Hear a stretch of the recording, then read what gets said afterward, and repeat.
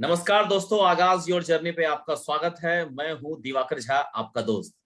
दोस्तों, success story में आज का जो पड़ाव है लेके आए हैं हम आपके लिए मुंबई महाराष्ट्र से। जी हाँ, महाराष्ट्र से। मेरे ख्याल से हमारे चैनल पर ये पहला इंटरव्यू है।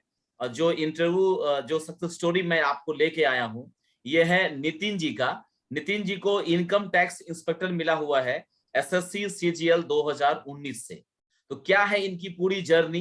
आखिर महाराष्ट्र में रह के लोग कहते हैं कि महाराष्ट्र में जो है गवर्नमेंट जॉब का क्रेज नहीं है। गवर्नमेंट जॉब में लोग बहुत कम आते हैं, बहुत कम सुविधाएं हैं यहाँ पे नॉर्थ के कंपैरिजन। लेकिन फिर भी इस असुविधाओं में भी जहां पर की चीजें उपलब्ध नहीं है, वहां पर भी नितिन जी ने झंडा गाड़ दिया है और सबसे अच्छा पोस्ट माना जाता है इनकम टैक्स इंस्पेक्टर, ये इन्होंने हासिल किया है। तो चलते हैं सीधा हम लोग नितिन जी के पास, सुनते हैं पूरी स्टोरी और बहुत कुछ सीखने को मिलेगा। जो नए एस्पिरेंट है, खास करके जो नॉर्थ से बिलोंग नहीं करते हैं, उनको बहुत कुछ सीखने को मिलेगा। जी नितिन जी, आपका स्वागत है हमारे चैनल पे। धन्यवाद सर। Good evening sir. सबसे पहले तो आपको मैं धन्यवाद करूंगा कि आपने हमारा प्रपोजल एक्सेप्ट किया और हमारे यूट्यूब चैनल पे आए अपनी सक्सेस जर्नी को बताने के लिए। बहुत बहुत धन्यवाद इसके लिए। जी नितिन जी, आपका पूरा नाम, आप कहाँ के रहने वाले हैं, घर में कौन कौन है, पूरा जो एक ब्रीफ इंट्रोडक्शन है वो जो एस्पिरेंट देख रहे हैं वीडियो, उनको बताइए। जी सर, मेरा नाम नितिन फड़ है। मैं महाराष्ट्र के बीड डिस्ट्रिक्ट से बिलोंग करता हूँ। बीड में भी एक परली तहसील है, वहां से मैं आता हूँ। मेरा बॉर्न एंड ब्रॉट अप एक छोटे से गांव मरलवाड़ी में हुआ है।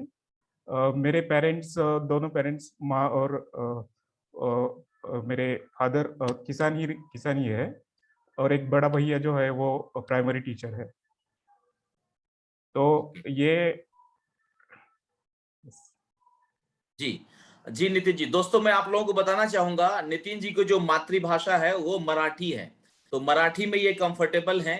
तो हमने रिक्वेस्ट किया है इनसे कि जितना हो सके हिंदी में बोलने की कोशिश करेंगे। तो आप लोगों को जहां दिक्कत आएगी वहां मैं आप लोगों को हेल्प करूंगा। तो चलते हैं नितिन जी। नितिन जी का जो पूरा नाम है वो है नितिन फड़। नितिन फड़, और ये रहने वाले हैं बीड डिस्ट्रिक्ट से, जो औरंगाबाद डिवीजन में है, महाराष्ट्र स्टेट से बिलोंग करते हैं। जी नितिन जी, यहाँ महाराष्ट्र में बहुत कम क्रेज है गवर्नमेंट जॉब की, खास करके एसएससी जैसा जो एग्जाम है उसके बारे में बहुत लोगों को तो पता भी नहीं है। जैसे मैं अभी गाइड करता हूँ मुंबई में, एक कोचिंग से जुड़ा हूं मैं, तो वहां पर भी ना स्टाफ सिलेक्शन कमीशन को लोग जानते नहीं है। तो आपको कैसे पता चला बीड़ में, और वो भी एकदम सुदूर देहात में, मुंबई से काफी दूर है, वहां पर कैसे पता चला ये एसएससी के बारे में? सर, मुझे भी ये पहले पता नहीं था। मुझे जब मैं लास्ट ईयर फाइनल में था तो जी। मुझे एसएससी की एक बुक मिली थी। मेरे भैया जो है वो डीएड की पढ़ाई कर रहे थे। वो यहाँ पर डीएड वगैरह करते थे पहले। तो हम्म। डीएड की पढ़ाई करने के लिए उन्होंने एक घर में बुक लाया था एसएससी मैथमेटिक्स का। और वो हम्म। गलती से बुक आ गया स्टाफ सिलेक्शन कमीशन का।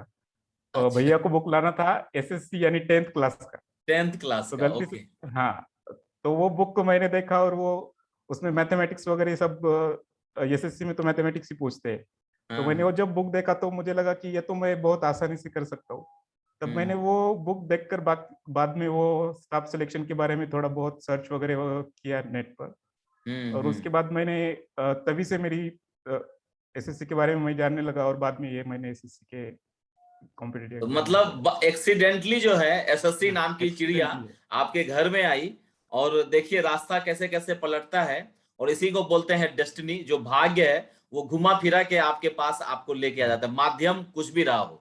बड़े भाई बुक लेने गए कुछ और का, बुक आ गया घर में कुछ और वो चमत्कार हो गया। और आज जो है नितिन जी इनकम टैक्स इंस्पेक्टर बन चुके हैं एसएससी के माध्यम से।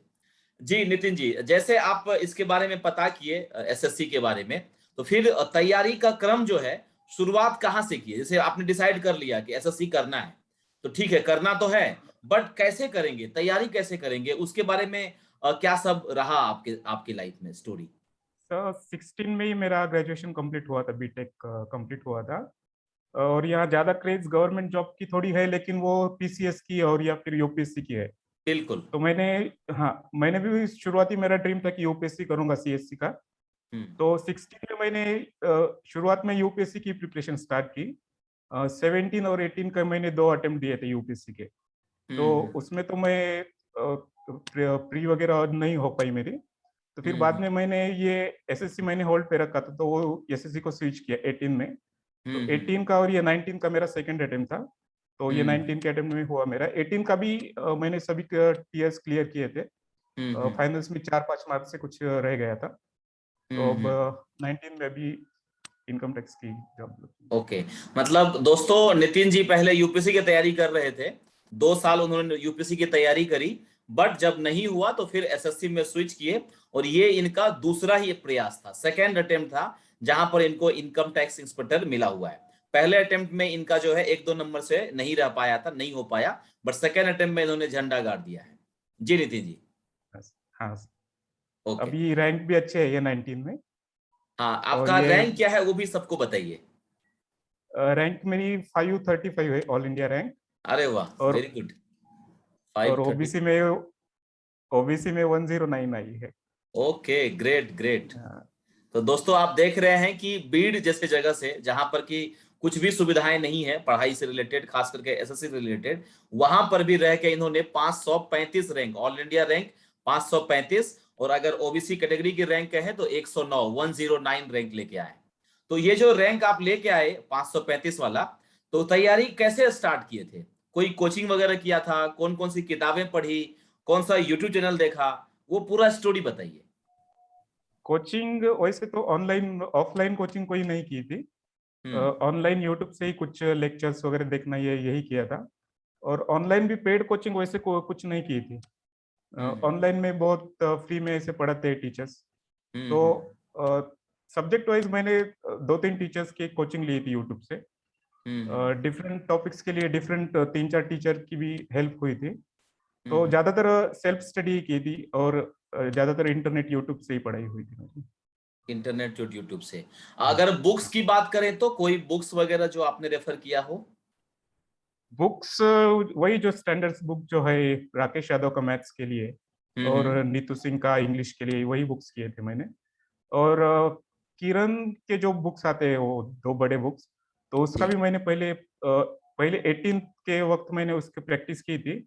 लेकिन हम्म बाद में मैंने स्ट्रिक्ट ज्यादा प्रीवियस ईयर पे, अब जो टीसीएस जब से आया है, तो वही हम्म क्वेश्चन पेपर और शिफ्ट्स में भी होने लगे अभी पेपर्स, तो ज्यादा अवेलेबल है। तो हम्म प्रीवियस ईयर पर ज्यादा ध्यान दिया था, और प्रिपरेशन वैसे ही रहा। वैसे ही रहा। आपका बीटेक किस में हुआ है Nitin ji? BTech mechanical engineering. Mechanical engineer, मतलब मैथ्स आपका अच्छा रहा होगा पहले से ही, मैथ्स राइट? अच्छा रहा है। तो मैथ्स की बदौलत तो आपको लगा कि नहीं, एसएससी तो हम लोग आराम से कर सकते हैं। ठीक है, तो बुक की बात करें तो राकेश यादव सर की बुक आपने रेफर किया है, नीतू सिंह मैडम की जो है इंग्लिश आपने रेफर किया है। और रीजनिंग के बारे में नहीं बताए, रीजनिंग कोई बुक लिए थे या जरूरत नहीं पड़ी? सर, रीजनिंग की मैंने कोई बुक नहीं ली थी, मेरे पास बुक नहीं भी है रीजनिंग की कोई। अच्छा, रीजनिंग की कोई बुक और नहीं है। तभी मेरा प्रिपरेशन प्रीवियस ईयर पे डिपेंड था। हाँ हाँ। और रीजनिंग में मुझे 50 आउट ऑफ 50 है प्रीलिम्स में। अरे वाह, ग्रेट।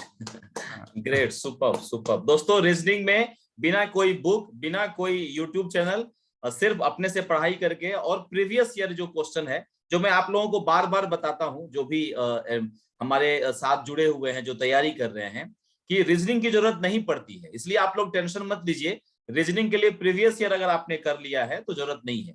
और रीजनिंग उसी से इन्होंने, नितिन जी ने 50 में 50 नंबर लाए। चलिए अब बात कर लेते हैं हम लोग जीके जीएस की। जीके जीएस में कितने नंबर थे नितिन जी, और कैसे किया तैयारी? जीके जीएस में मेरे 50 आउट ऑफ 29 कुछ तो थे नंबर। हम्म वो थोड़ी टफ शिफ्ट थी, लेकिन जीके जीएस का प्रिपरेशन भी मैंने यूपीएससी की थी 2 साल। तो हम्म उसका भी फायदा हुआ ज्यादा। हम्म एनसीईआरटीज वगैरह मैंने यूपीएससी के लिए अच्छी की थी। और हम्म थोड़ा सा करंट अफेयर्स पे ही ज्यादा ध्यान दिया, क्योंकि स्टैटिक्स जीके तो मेरा यूपीएससी में हो गया था। हम्म। तो वो भी थोड़ा एडवांटेज रहा, वैसे ही मेरी यूपीएससी को फायदा हुआ जीएस के हाँ, प्रिपरेशन नहीं, क्योंकि 29 नंबर लाना भी बहुत बड़ी बात है ना, जीके जीएस में 29 एसएससी के एग्जाम में लाना बहुत बहुत बड़ी बात है। आपका नंबर एक बार बता दीजिए तो, टीयर 1 में टोटल नंबर कितने थे, मार्क्स? ईयर 1 में मेरा नॉर्मलाइज 195 थे। 195, और रॉ हाँ, स्कोर? रॉ भी बता दीजिए। 161 कुछ तो था। 161 रॉ थे, हाँ, 195 नॉर्मलाइज था। और टीयर 2 में मैथ्स में कितना था? मैथ्स में 208 था, हाँ नॉर्मल है। 208 था। रॉ? और रॉ 151 था। 151। एंड इंग्लिश में? इंग्लिश में 190 रॉ एंड 191 नॉर्मल अच्छा, वो सेम ही रहा होगा। खैर, तो टोटल नंबर कितना हो गया आपका? टोटल 3। है। टायर 3 में मेरे अच्छे नंबर थे 71, अरे वाह, very good. Hmm. And out of 700 it was 666 666 out of 700। 666। Okay, तभी तो इतना अच्छा रैंक आप लेके आए हैं। खैर, टायर टायर 3 में क्या किया आपने जो 71 आपको आ गया? कैसे तैयारी किए थे? टायर 3 में मुझे थोड़ा एक्सपीरियंस का भी फायदा हुआ था, क्योंकि 18 का CHSL CGL भी मैंने मेंस किया था, हाँ और हाँ। थोड़ा मैंने वर्ड लिमिट वगैरह उसको स्ट्रिक्टली फॉलो किया था। हम्म। और पहले यूपीएससी जैसे कॉम्प्लेक्स से मैंने 18 में लिखे थे, तब मार्क्स नहीं मिले थे मुझे, लेकिन अब थोड़ा, अच्छा। हाँ सिंपल लिखे तो अच्छा नंबर आया। अब सिंपल लिखा, ज्यादा हेवी वर्ड्स यूज वगैरह नहीं किए, तो मुझे लगता है उसका थोड़ा फायदा होके वो एग्जाम इधर ने दिए होंगे मार्क्स 71। थोड़ा लक बेस भी रहते हैं ना टायर की। बिल्कुल बिल्कुल। तो आपने हिंदी में लिखा था या इसमें इंग्लिश में लिखा था? इंग्लिश इंग्लिश में ही लिखा था। ओके। में। खैर, अच्छा, अब ये बताइए कि जब आपका रिजल्ट फाइनल आ गया, एक बार तो आप असफल हो चुके थे, असफलता से सफलता की तरफ आए थे, तो कैसा लगा आपको? जैसे रिजल्ट आया तो घर का माहौल कैसा हो गया, और वो पल कैसा था जब रिजल्ट आया? वो पल तो बहुत बढ़िया था, क्योंकि मैं गांव में ही था मैं। जी। और मैं तो दोपहर को, अभी एसएससी ने दोपहर को ही रिजल्ट लगाया, जनरली शाम को हम्म लगाती है ना एसएससी। तो मैंने हम्म तो वो देख नहीं रहा था मैं, क्योंकि मुझे वो लगा था कि शाम को आएगा, आ जाएगा शायद। हम्म लेकिन वो बड़े भैया भी थोड़ा फॉलो कर रहे थे, अभी रिजल्ट आने वाला है तो उन्होंने हम्म यूट्यूब पे देखा और उन्होंने ही कॉल किया, तो पहले वो घर पे ही समझा था। चलिए, नहीं, बहुत बढ़िया। कुछ ऐसी स्टोरी आप बता सकते हैं आपके फैमिली से, जो आपने ये अचीवमेंट किया तो पापा मम्मी इन लोगों का या आस पड़ोस का दोस्तों का कैसा रवैया था? उन लोगों ने कैसे रिएक्ट किया? हाँ, गांव में ही ज्यादा, यहाँ पर तो किसी को एसएससी स्टाफ सिलेक्शन कमीशन का ज्यादा पता नहीं है। हम्म घर में भी, हमारे गांव में सरकारी नौकरी भी सेंट्रल गवर्नमेंट की तो किसी को नहीं है। हम्म। अ, तो यहाँ पर तो वो निश्चित रूप से एक अभिमान की बात है सभी लोगों के लिए। सभी यहाँ पर सेलिब्रेशन वगैरह 10-15 दिन चल रहा था गांव में। अरे वाह, वेरी इधर गुड, उधर वेरी। तहसील में जाना, इधर उधर मिलना वगैरह, हाँ सभी लोग हाँ बुला वगैरह रहे थे।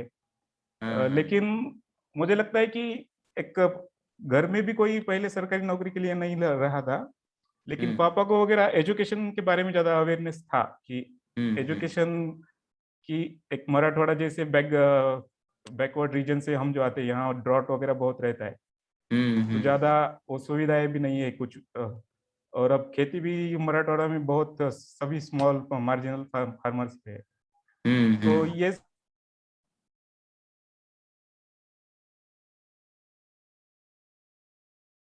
ज्यादा एजुकेशन के बारे में अवेयरनेस रख के पढ़ाई वगैरह हमारी घर में की हुई थी, तो मुझे लगता हम्म है ये, तो ये सबकी जो कॉन्सर्टेड एफर्ट्स है उसका ही ये रिफ्लेक्शन है मेरा रिजल्ट, ना हम्म। कि मेरे अकेले की एफर्ट्स। नहीं नहीं, बहुत बढ़िया, बहुत सुपर। ये चीज जो है, खास करके जो लोग महाराष्ट्र से बिलोंग करते हैं, उनके लिए तो समझ में आएगा ही, और बहुत ही गर्व की बात भी है। नितिन जी, एक थोड़ा सा तैयारी के क्रम में हम बात करना चाह रहे थे कि बहुत लोग मुझसे पूछते हैं कि इस तैयारी करने के लिए या सफल होने के लिए कितने घंटे की पढ़ाई करनी होती है, और कितना घंटा आप पढ़ाई किए थे पर डे के हिसाब से? पढ़ाई, मैंने तो, मेरी बात तो मैंने तो ज्यादा नहीं की थी। मेरी पढ़ाई एक ऑन एन एवरेज 7-8 घंटे से ऊपर डेली नहीं जाती थी। कभी सात हम्म आठ नौ घंटे या कभी 4-5 घंटे। तो एक 7-8 घंटे की पढ़ाई एसएससी के लिए, क्योंकि एसएससी का सिलेबस भी लिमिटेड है, उतना वास्ट हम्म नहीं है यूपीएससी जैसा। लेकिन हम्म मुझे लगता है कि जो भी हम पढ़ाई कर रहे हैं वो डेली बेसिस पे करनी चाहिए, कंटिन्यूटी होनी चाहिए उसमें। अगर हम्म 7-8 दिन या 15 दिन का अगर गैप पड़ता है, तो वो बहुत ज्यादा फिर उस फ्लो में आने के लिए बहुत दिक्कतें होती है। हम्म कैलकुलेशंस वगैरह उसमें हमेशा रहना चाहिए डेली। तो हम्म। स्टाफ सिलेक्शन के लिए थोड़ी सी कंटिन्यूटी, और एग्जाम्स भी स्टाफ सिलेक्शन के बहुत डिलेड चलते हैं, 3-3 2-2 साल एक ही एग्जाम चलती है। तो उसके हम्म। लिए भी ज्यादा संयम वगैरह रख के मुझे लगता है कि पढ़ाई करनी चाहिए।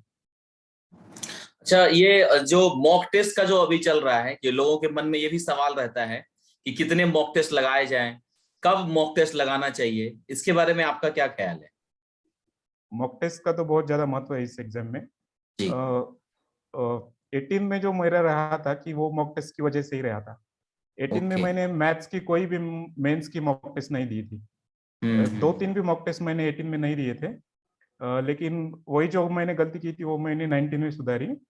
और मेंस के मैंने एक 30 या 35 मॉक टेस्ट दिए थे मैथ्स के, और इंग्लिश के भी थोड़े कम दिए थे। लेकिन मॉक टेस्ट का बहुत अच्छा महत्व है इस एग्जाम में।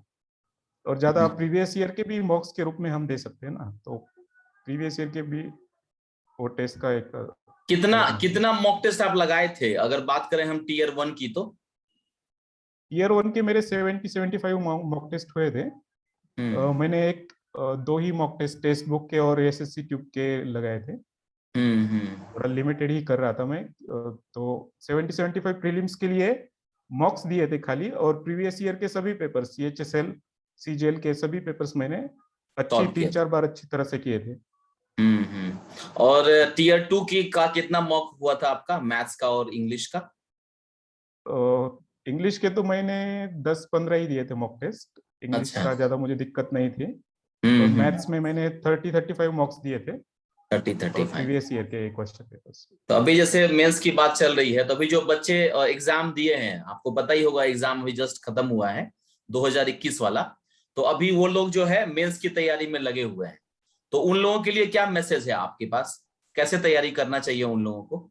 मुझे लगता है एटलीस्ट एक 25 मॉक टेस्ट तो देना ही चाहिए। हम्म और थोड़ा कैलकुलेशंस पे भी ध्यान ज्यादा रखना चाहिए, क्योंकि अब कैलकुलेटिव आ रहे हैं पेपर, थोड़ी कंपटीशन बढ़ रही, तो वो कुछ नया डालने से वो ज्यादा कैलकुलेटिव डाल रहे हैं ना पेपर। तो हम्म। कैलकुलेशन पर ही ध्यान रख के, और मॉक्स एटलीस्ट 25 तो मॉक्स देना चाहिए। और जो जितने हम्म ज्यादा दोगे उतना तो अच्छा है ही। और हम्म मुझे लगता है रिवीजन का भी एक अलग महत्व है। अभी मेंस हम्म वगैरह चल रही है, तो जो किया है उसी का रिवीजन, किसी हम्म पर्टिकुलर बुक्स पे स्ट्रिक्टली उसी पे रहना, ज्यादा सोर्स का इधर उधर भटकना नहीं। तो मुझे लगता हम्म। है वही वैसे प्रिपरेशन ज्यादा करनी चाहिए। चलिए बहुत बढ़िया। चलिए, जो एस्पिरेंट अभी तैयारी कर रहे हैं, जैसे मान लीजिए आपका यूपीएससी हुआ होगा, पहले यूपीएससी का दिया, पहला अटेम्प्ट असफल हो गए, दूसरा अटेम्प्ट दिए असफल हो गए, एसएससी सीजीएल दिया असफल हो गए, नहीं हुआ। तो ये जो 3-3 बार आप असफल हुए, उसके बाद जो एनर्जी आप कहाँ से लाते थे दोबारा खड़ा होने यूपीएससी के का लिए? 2 बार जी। यूपीएससी का 2 बार नहीं हुआ था। फिर हाँ एसएससी का नहीं हुआ, एसएससी का सीजीएल का नहीं हुआ, सीएचएसएल का नहीं हुआ। फिर इधर हमारे तलाटी की एग्जाम रहती है रेवेन्यू क्लर्क की, हाँ वो भी हाँ एग्जाम दिए थे, उस वो भी नहीं दी, उसमें भी नहीं हुआ था। हाँ और हाँ। रेलवे की भी लोको पायलट था, वहां पर भी नहीं हुआ था। तो एक बार परेशान होकर मैंने पूछा था कि पापा को बोला था कि मैंने अब मैं गांव को आऊंगा, 2-4 गांव में खेती वगैरह ही करेंगे हम, बहुत हो गए अभी। मतलब मैंने तकरीबन 5-6 एग्जाम आप फेल हुए हैं। हाँ, तो वो मैंने स्ट्रेस में ज्यादा उस वक्त बोला था, लेकिन पेरेंट्स बहुत अच्छी वो ठाम थे कि पढ़कर कुछ होना ही है। तो उन्होंने हम्म थोड़ा मोटिवेट वगैरह किया, तो उनका ही वगैरह ये योगदान रहा है कि उन्होंने मोटिवेट वगैरह किया, बड़े भैया ने मेरा। तो हम्म फिर एक बार और एसएससी का अटेम्प्ट दिया मैंने। मैं हम्म स्ट्रेस में आके बोला था, लेकिन मुझे पता था कि एसएससी होगी मुझसे इजीली। हम्म मैं हम्म 19 का मैंने प्रिपरेशन कंटिन्यू किया, और 19 में एक अच्छी रैंक मैंने लाई। कोई लाइन याद है, भाई जो है भैया आपको मोटिवेट करने के लिए कौन सी लाइन बोलते थे, या पापा का कोई लाइन, कोई वाक्य जो मराठी में ही हो, मराठी में ही बोलिए थोड़ा। वैसे तो कुछ नहीं, लेकिन वही घर की वो फाइनेंशियल प्रॉब्लम्स वगैरह के बारे में बोलते थे ना, हाँ कि हाँ। थोड़ा हमारे मराठी में इधर बोलिए ना, इंडेप्टेड भी, मराठी में बोलिए, कोई दिक्कत नहीं है। फादर वगैरह इंडेप्टेड भी थे ना यहाँ पर थोड़े। हाँ हाँ हाँ, कर्जे में थे। हाँ, प्राइवेट मनी लेंडर से कर्जा वगैरह लिया था। तो उसके हम्म। बारे में 1 एकड़ जमीन भी हमें बेचनी पड़ी थी बीच में। अरे बाप रे। हाँ, तो वही प्रॉब्लम्स वो फिर मुझे उसका रिमाइंड करके देते थे बड़े भैया हम्म वगैरह। और हम्म घर भी अभी, अब जो मैं हूँ, मैं रूम पे रहा हूँ, बाहर रेंट हम्म पे लेके। गांव में घर वगैरह भी छोटा है, तो वही फाइनेंशियल प्रॉब्लम्स के बारे में वही बताते थे। तो वो ज्यादा हम्म मोटिवेट करता था कि एजुकेशन की एक हेल्प से हम लेकर यहाँ से निकल सकते हैं, ऐसा। हम्म। चलिए, बहुत बढ़िया लगा आपसे बात करके नितिन जी। कोई एक लास्ट मैसेज या कुछ जो आप शेयर करना चाहते हैं एस्पिरेंट से? मुझे लगता है कि स्टाफ सिलेक्शन या सेंट्रल गवर्नमेंट्स, पर्टिकुलरली मैं महाराष्ट्र के बच्चों को एड्रेस करूंगा जी कि इस जॉब्स में बहुत ज़्यादा स्कोप है। बहुत वैकेंसी भी अच्छी निकलती है यहाँ इस जॉब्स में। और थोड़ा हिंदी और अंग्रेजी में अभी ज़्यादा एजुकेशन हो रहा है बच्चों का, तो ये एक अपॉर्चुनिटी है पर्टिकुलरली इस रीजन के बच्चों के लिए महाराष्ट्र से, क्योंकि महाराष्ट्र से सिलेक्शन बहुत कम है एसएससी में। हम्म। तो मैं पर्टिकुलरली उनको एड्रेस करूंगा कि एसएससी में वो आए ज़्यादा से ज़्यादा बच्चे, और यहाँ हो सकता है। बिल्कुल बिल्कुल। चलिए नितिन जी, आपसे बात करके बहुत अच्छा। अच्छा हाँ, एक लास्ट क्वेश्चन, आगाज योर जर्नी कैसे मिला आपको और कौन सा तो वही वीडियो आप देखे थे? जी मुझे लगता है कि वही मैं फिर जोन प्रेफरेंस के बारे में देख रहा था। जी जी। अ, तो वगैरह वो बहुत ज्यादा इंफॉर्मेशन आगाज योर जर्नी पर अवेलेबल है। हाँ सभी हाँ। जोन्स का मैंने देखा वगैरह भी है, और टेलीग्राम पे भी अच्छा डिस्कशन वगैरह वो होता है। जी जी। तो वह, हाँ, तो वहां से ही वहां से दिवाकर सर मिले कनेक्टेड आपको? हूँ। हाँ। चलिए, बहुत बहुत धन्यवाद नितिन जी हमारे चैनल पे आने के लिए। और जब आप डिपार्टमेंट ज्वाइन कर लीजिएगा तो मैं फिर से आपको रिक्वेस्ट करूंगा कि आप आइएगा, और डिपार्टमेंट के अंदर जो चल रहा है, जो मोटिवेशन होता है बच्चों के मन में और जानने की इच्छा होती है, वो सब इंफॉर्मेशन आप शेयर कीजिएगा। कैसे काम होता है, क्या होता है, पोस्टिंग कैसे हो रही है, कहाँ पोस्टिंग हुई आपकी, कैसा लग रहा है, तैयारी के क्रम में कैसा लग रहा था, ये सब हम जानेंगे जब आपकी ज्वाइनिंग हो जाएगी तो। ठीक है, चलिए, thank you very much Nitin ji, आपसे बात करके बहुत मजा आया। Thank you. थैंक यू, धन्यवाद।